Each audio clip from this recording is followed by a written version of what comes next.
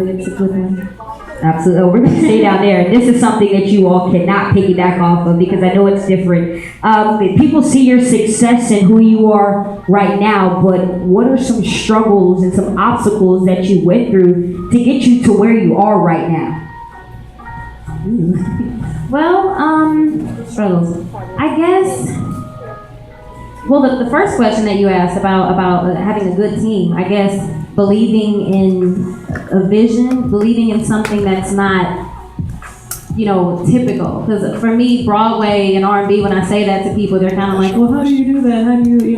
So I think the biggest obstacle was trying to find someone creatively who I could, just be myself with and have that kind of out of the box creativity without being inside of a box of industry standards, and I'm actually independent by choice right now because I really want the opportunity to build that leverage as an artist and to show that the type of music that I'm making and is able to exist in this industry. I feel like things are changing and people are ready for music, and so I think the biggest obstacle is just, like I said, finding that creative team and someone to help me, bring that to life. So, yeah, I think that's my biggest struggle. People see your success now. What do people, I guess, your biggest struggle that you've been through that people may not know? One of my biggest struggles with music has been just knowing the business that you're part of. Like, I know when I first got started, there was a couple situations where I kind of got railroaded because I didn't know the business that I wanted to be a part of. I had the passion for it, but I didn't have the information. So one of the biggest struggles that I have faced, that I faced and overcome, because now I try to read everything as it relates to music, because I'm trying to match my passion, match information with my passion. So the biggest obstacle that I've had to overcome is just knowing what I'm in and knowing about what I'm trying to do so that I can, number one, not be railroaded, and number two, help somebody else that's coming up behind me so that they don't have to go through the same thing that I would.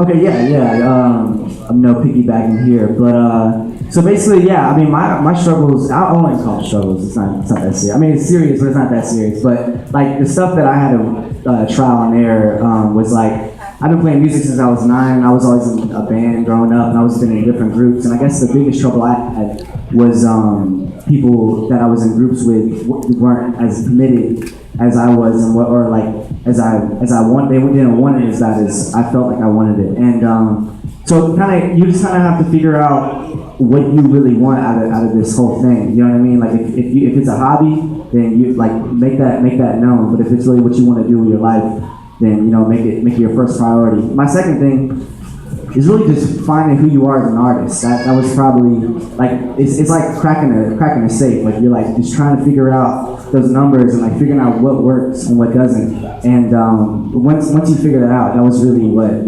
I felt like I had a breakthrough. It was a really good time for me. But yeah, so that was pretty much the two things that I had throughout my experiences so far. But yeah.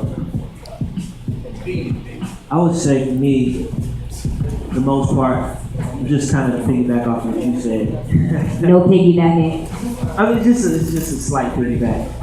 Just really understanding the game and the industry that I'm in, and understanding my environment and the world that I'm a part of, because things can happen along your path, that may affect you in a negative way, and you have to learn to deal with those things and take the punches and keep it going. You know what I'm saying? There's always going to be the politics.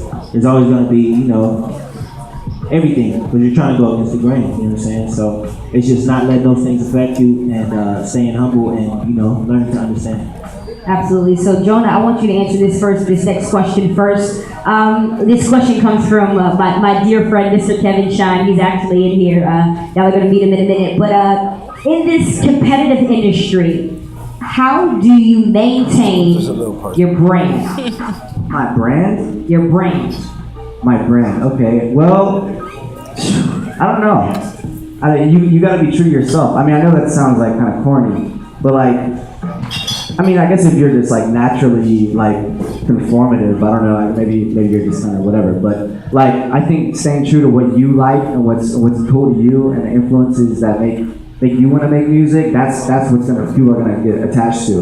Like for me, like my brand is just being me. You know what I'm saying? When I get up on stage, I'm completely how I would be if I get off stage. And I feel like so far, that's what people have liked the most about what I do. And I ain't saying I've done that much, but saying that what I have done, people have been receptive to the fact that I'm a real person and the fact that I'm just who I am. You know what I'm saying? I'm not trying to be anything I'm not. So I feel like that's how I maintain what I do, is just being true to myself and true to the things that I love. In a competitive industry, be it on the mainstream side or the gospel side, lines can get blurred so fast. But I think the one thing that can help maintain your brand, whatever your brand may be, is just like Jonah said, just being completely true to who you are, completely genuine, and like I said, what's from the heart reaches the heart. And if you're genuine, people like real recognize real. Like people know what's real and what's manufactured. So if you're genuine, then that's how you maintain like your brand. You're not giving in to like the new sound or the new beat that people are putting out, or the new movements or stuff like that. You know, in gospel they call it the new licks. You know, something like that. Like, you know, you're not giving into that. You're saying you're remaining true to who you are, because everybody has their own audience. Like, although we're being competitive, like everybody wants to be number one. But in the full scheme of things, like everybody has somebody that, and I don't want to sound too churchy, but everybody has a group that's assigned to them. So you know, you just be true to who you are. That's it.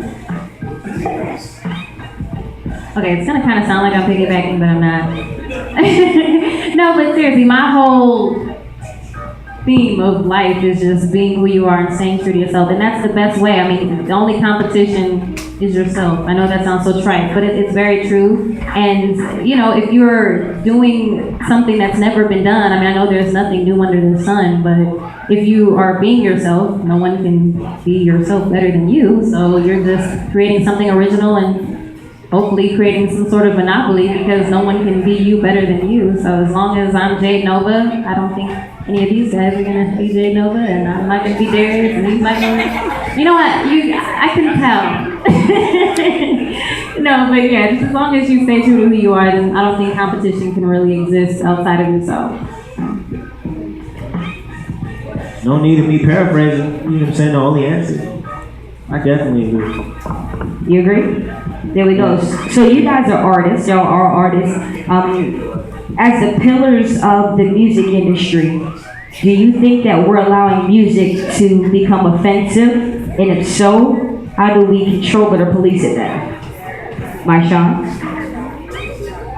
Do we see music becoming offensive? Yeah, do you think it's becoming offensive? Because you guys are artists, and y'all set the foundation. You're the pillars. So do you think that artists, not you all, but artists as a whole, are allowing music to become offensive?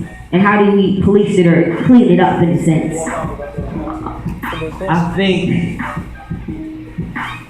yeah, there's a lot to that. I think there are a lot of artists out there right now who are actually going against that. You know what I'm saying? One being myself, Jay Nova, of course. I haven't heard you yet. I haven't heard you rap yet, bro. I'm not sure yet. But I think it's definitely up to us and people who actually have messages and people who are actually trying to put positive messages out. Because I think, yeah, that's what you decide to listen to. Like, you know, I think really mostly it's mainly in hip hop, because hip hop is such a competitive community. I think there's always going to be that just talk like that. You know what I'm saying? So I think, you know, it's just going to continue to be that way. I don't really see it as it being negative. You know what I'm saying? Unless you really apply it to your life, which of course people are doing, but then again, that's your choice. So, you ask me that one more time.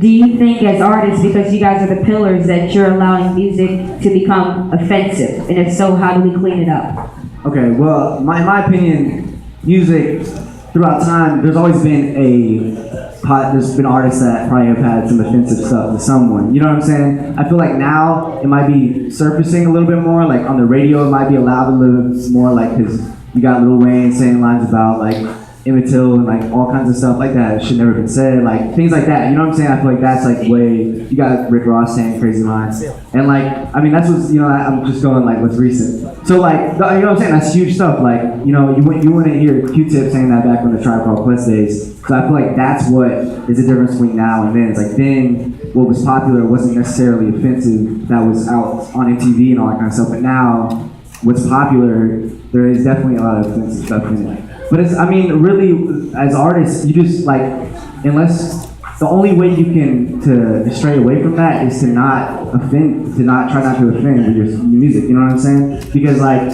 everyone's trying to say they're the savior of hip hop, or like, I came to change the game. It's like, yeah, but we're not all changing the game, we're just talking about changing the game. Write about something that's changing, write about something that's different, you know what I'm saying? Be the change that you want to see, don't just talk about it. That's the way I feel. I feel like, if you really want to make a difference, just make a difference. Don't talk about making a difference. You know what I mean? That's the way I feel about it.